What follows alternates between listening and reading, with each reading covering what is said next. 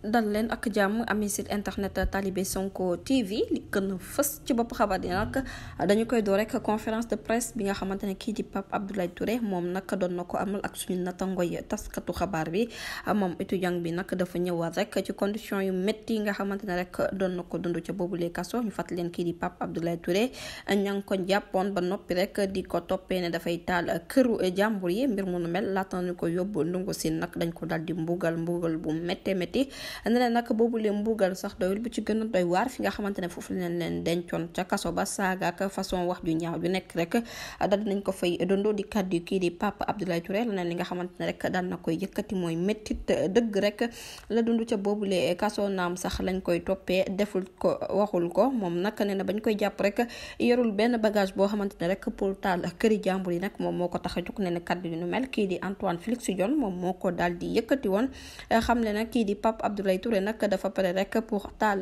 këri jàmbur yi waaye mbir mu nu mel nag moom daal dina koy weddi ba mu set wecc ne daal anam bi nga xamante ne daal la ñuy torturer prisonniers ya nekk ca kaso ba doy na waar lool comme ay mala sax lañ leen jàppe wala am na ci yoo xamante ne sax mala yi duñ leen ko def di kàddu kii di Pape Abdoulaye Touré keneen ko yëkkatiwaat ay kàddu rek mu nekk cri de cœur jooyu xool dëgg du kenn rek ku dul doom di ami ku dul nekkul kenn rek lu dul ki nga xamante ne rek doom la ci soxna Ami Dia moom nag daal dinay meex ba futtu rek yëkkati ay kàddoom ne nag yaayam ji lu toll ci fukki weex ak juróom-ñeent rek ñu ngi ko jàpp bu sañoon daal ñu atte ko wala ñu bàyyi ko nag mu ñibbi bu fekkee ne sax dañu koy atte ñu atte ko wax ko rek lan la def ba mérité fa mu nekk waaye nag nee na métti na trop saa yu génnee rek ñu koy xool di ko yërëm ma ngay sàkku nag ci gouvernement bu Macky Sall mu daal di bàyyi yaayam ji mu ñibbisiwaat ci seeni loxo jërë ngeen jëf ci teewlu bi